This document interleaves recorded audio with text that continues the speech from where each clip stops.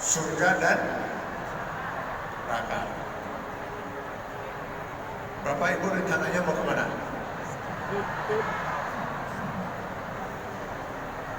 Sampai aku udah ditanya ada pasti jawabannya tanya. Nah masalahnya sekarang, andai kata besok kita meninggal dunia, jangan besok lah, besok-besok, atau jangan kita lah andai kata batur atau, tapi jadi terhubung hari contohnya batur banyak. Andai kata kita dah iman, andai kata besok kita meninggal, kira-kira kita masuk surga? Bu, silakan dijawab, Bu, dari yang ada ujian, Bu. Masuk tidak? Ini optimis ini.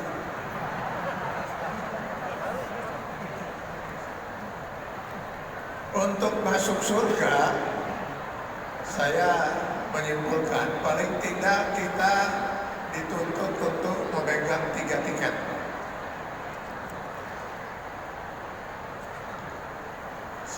Istilah tiketnya istilah saya.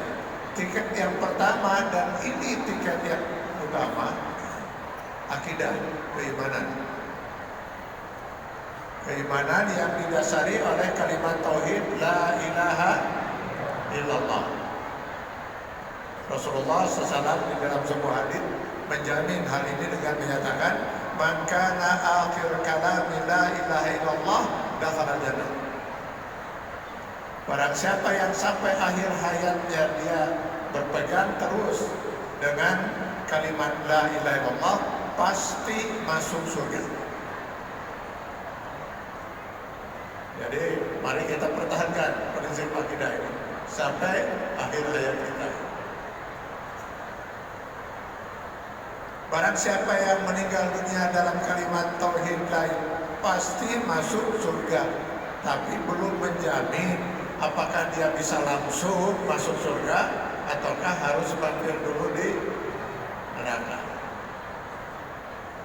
Untuk bisa langsung masuk surga tanpa mampir di neraka, nah dia butuh 2 tiket lagi. 2 tiket inilah yang sering kali diulang oleh Allah Subhanahu wa taala di dalam Al-Qur'an ketika Allah menyebut surga. Di mana Allah mengakhiri dengan firman-Nya, wa kana Allahu ghafurur rahim, atau innallaha ghafurur rahim. Lebih jelas lagi di Quran surat Fussilat ayat 32, nuzulan min ghafurur rahim. Tiket yang kedua adalah ampunan Allah Subhanahu wa taala, dan tiket yang ketiga kasih sayang Allah Subhanahu wa taala. Nah, nampaknya acara kita silaturahim pada hari ini dalam rangka halal bihalal, dalam upaya kita peroleh tiket yang ketiga, ampunan, lewat acara halal bihalal ini. Berbicara ampunan Allah berarti berbicara dosa. Berbicara dosa, tadi korin kita sudah membaca di Quran surat Al-Imran ayat 135, ada 2 jenis dosa manusia. Wallazina iza fa'alu fahishatan aw zalamu anfusahum.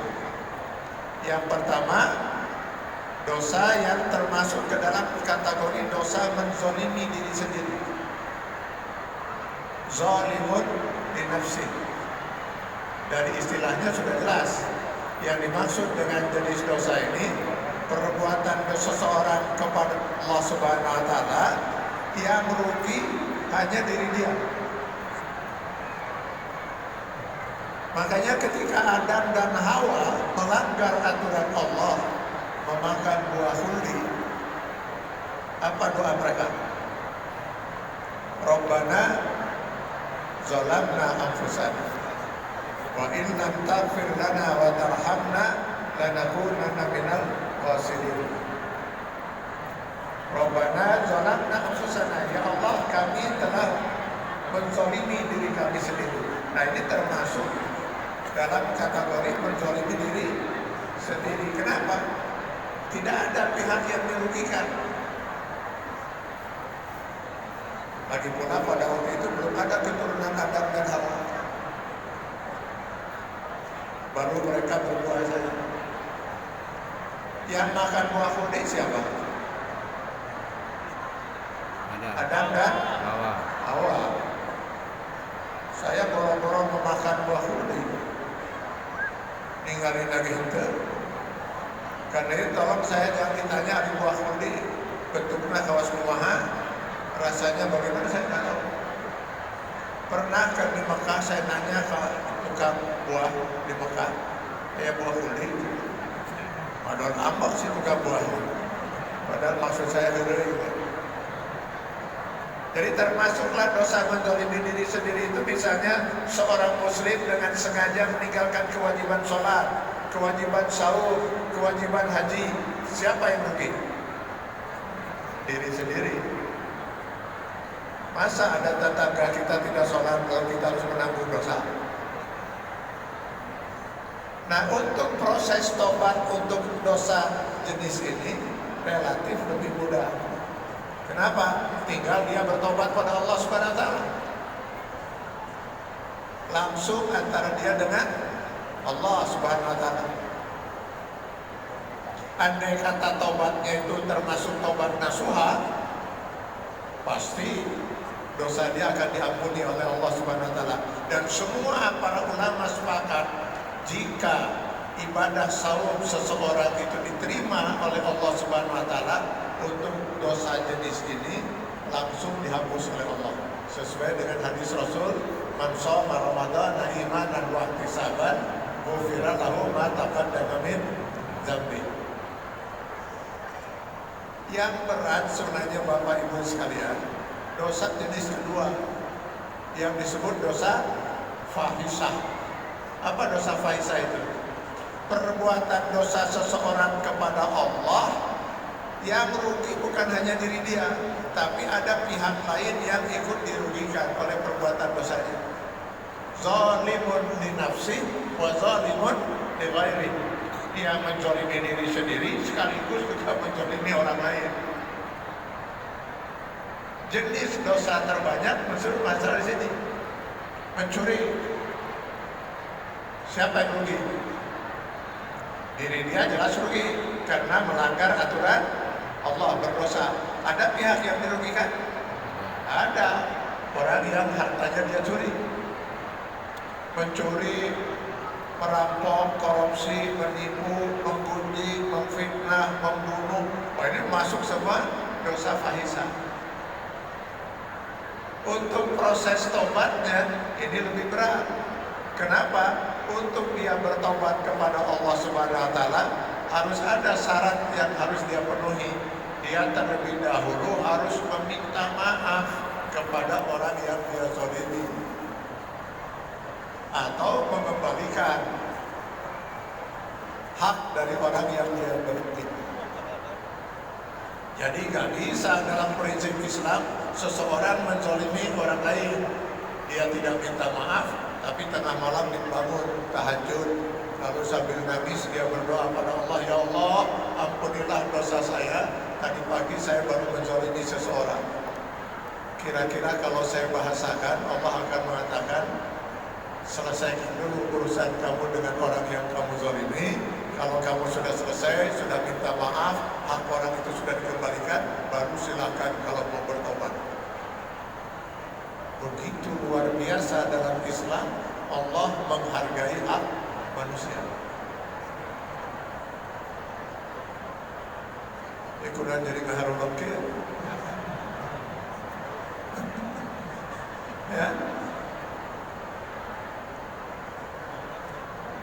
Dan para ulama, sebagian besar ulama menyatakan, andai kata ibadah saum Ramadan seseorang itu diterima oleh Allah Subhanahu wa taala untuk dosa menzalimi diri sendiri, pasti dikabul. Tapi untuk dosa fahisyah juga akan diampuni oleh Allah Subhanahu wa taala tanpa harus dia bertobat lagi kepada Allah jika ibadah saumnya diterima, asal urusan dengan orang yang dia zalimi sudah selesai. Itulah sebabnya kenapa kita umat Islam di Indonesia khususnya di bulan Syawal menyelenggarakan acara halal bihalal seperti sekarang ini. Harapannya mudah-mudahan dosa menzalimi diri sendiri sudah dihapus oleh Allah dengan diterimanya ibadah saum, sedangkan dosa fahisah mudah-mudahan segera akan dihapus setelah kita saling memaafkan. Karenanya sejak dulu saya mendukung acara halal bihalal, tapi dengan catatan Bapak Ibu, saya lihat acara halal bihalal kita selama ini belum menyentuh esensi dari memaafkan. Tiba heula eta acara itu biasanya dibuka oleh MC, lalu kemudian pembacaan Al-Quran, sambutan, terus ayat ceramah, tutup doa, lalu kemudian unsur pimpinan berdiri di depan, yang lain kemudian antri kan, sesalaman, minal aidin wal faizin, mohon maaf lahir batin, 00 ya, iya, 00, 00 siap, 00. Andai kata memang yang sedang bersalaman berhalal bihalal itu tidak ada dosa fahisah, aman. Kesalamannya tidak naon. Nah, baru biasanya diakhiri dengan lontong kari. Kaduka halal bihalal lainnya ya lontong kari teh. Ayah. Di mana asal tuh ayah sungir aja? Kayak lontong karinya di bumi lah. Tapi kalau seandainya ada dosa fahisah, nggak bisa selesai dengan cara itu. Nih tolong ya Bapak Ibu perhatikan ini demi keselamatan kita di akhirat nanti. Di dalam Islam segala sesuatu yang terkait dengan urusan hablum minan nas itu harus dengan akad yang jelas. Misalnya jual beli, ini saya mau jual HP. Ada yang berniat membeli? Gaya? Oh ini tentu ingat ibu. Lumayan di HP itu. Kalau ada yang berniat, pasti akan bertanya, merek naon? Tipe naon?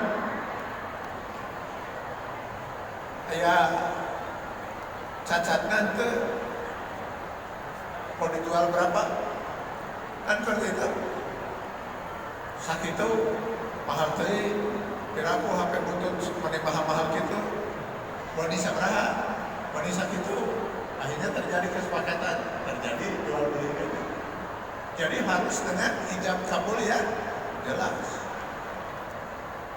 Utang piutang, saya rek nganjuk sabaraha, dipulang ke iraha, genep bulan deui lah, rek dicicil atau rek dibayar kontan setelah 6 bulan. Sepakat, hadirkan kata Al-Quran 2 orang saksi. Catat, ijab kabul harus jelas. Si wali akan mengatakan, saudara, saya nikahkan saudara. Harus jelas kasaha, kumadinya tidak bisa. Saya nikahkan saudara kepada misalnya Fatimah. Keheula Fatimah teh loba. Fatimah nu mana ya? Fatimah anak kandung saya. Nah, sebutkan Fatimah anak kandung saya. Yang lain anak kandung Fatimah teh. Terus anak saha? Anak Pak Dodi. Ya sebutkan Fatimah anak Pak Dodi. Mas kawin mau disebut? Sebut. Ya sebutkan dengan mas kawin misalnya 50 miliar. Dibayar kontan? Bayar kontan di mana 50 miliar? Dengan uang muka 5 juta rupiah, sesana dicicil selama 40 tahun. Tinggal calon mempelai pria menerima atau tidak. Seberapa tadi 50 miliar? bedok terjadi berat ya teman. Nah, misalnya kan itu ya. Jadi harus jelas ijab kabulnya. Nah kalau jual beli utang piutang akad nikah harus jelas ijab kabulnya, apalagi maaf memaafkan. Ini salah satu tiket dari tiket kita untuk bisa masuk surga. Itu harus jelas ijab kabulnya. Saya minta maaf, keheula naon kesalahan dirinya. Apa harus saya jelaskan? Harus. Nanti saya akan pertimbangkan apakah saya akan memaafkan atau tidak. Ini boleh nggak saya cerita pribadi? Boleh ya? Soalnya saya tak punya cerita yang lain. Di hari Lebaran, kalau istri dan anak-anak saya berkumpul gitu ya, lalu mereka kemudian sungkem anak-anak, ayah minta maaf atau istri saya minta maaf. Saya balik bertanya, apa kesalahan kamu? Harus dijelaskan? Jelaskan. Nanti saya akan pertimbangkan apakah saya akan memaafkan atau tidak. Kudu jelas sejak kabulnya. Eta pohon deui jadi mata ge kata Rasulullah SAW, kalau kita melakukan kesalahan segera selesaikan, maksimal 3 hari. Kalau bisa segera mungkin, supaya jangan sampai ada dosa yang kita sampai lupa. Tapi kalau kemudian istri saya menjawab misalnya, ya emot, naon kesalahan gitu lah. Tapi emang isi ayat itu kehaja gitu, nggak usah minta maaf.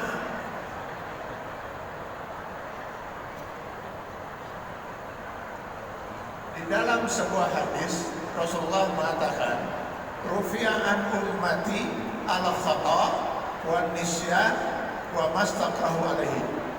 Diangkat dari umatku, maksudnya pena, malaikat dilarang untuk menulis, jangan ditulis sebagai perbuatan dosa. Pertama, perbuatan yang tidak sengaja, bukan dosa. Saya sering gitu ya kalau menghadiri acara halal bihalal, lalu ada sambutan begini,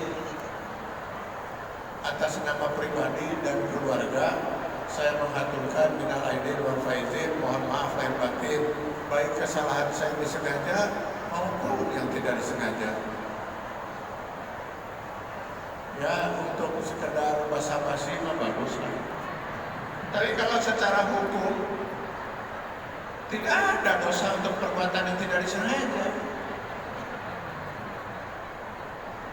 Malah ayat nambah ini, baik kesalahan saya disengaja maupun yang tidak disengaja, baik yang terasa maupun yang tidak terasa.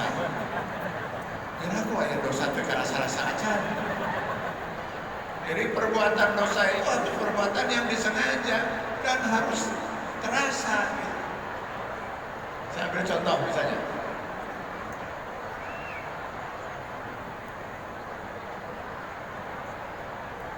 Seorang istri mengatakan pada suaminya, Kang, seumur hidup saya belum pernah ketemu laki-laki segagah Kang. Saya yakin setelah Nabi Yusuf akanlah manusia paling gagah di dunia. Kata si istri kepada suaminya. Maksud si istri menyatakan itu untuk menyenangkan hati si suami. Karena sepengetahuan istrinya belum pernah ada seorang pun yang memuji suaminya. Jadi pemberian lah bahwa memuji istrinya yang memuji. Di luar dugaan si istri, si suami marah besar. Marah si suami itu. Karena dia sadar betul kalau dia itu tegak-gagah aja. Dia pasti memajikan karena lelewe. Pertanyaan saya,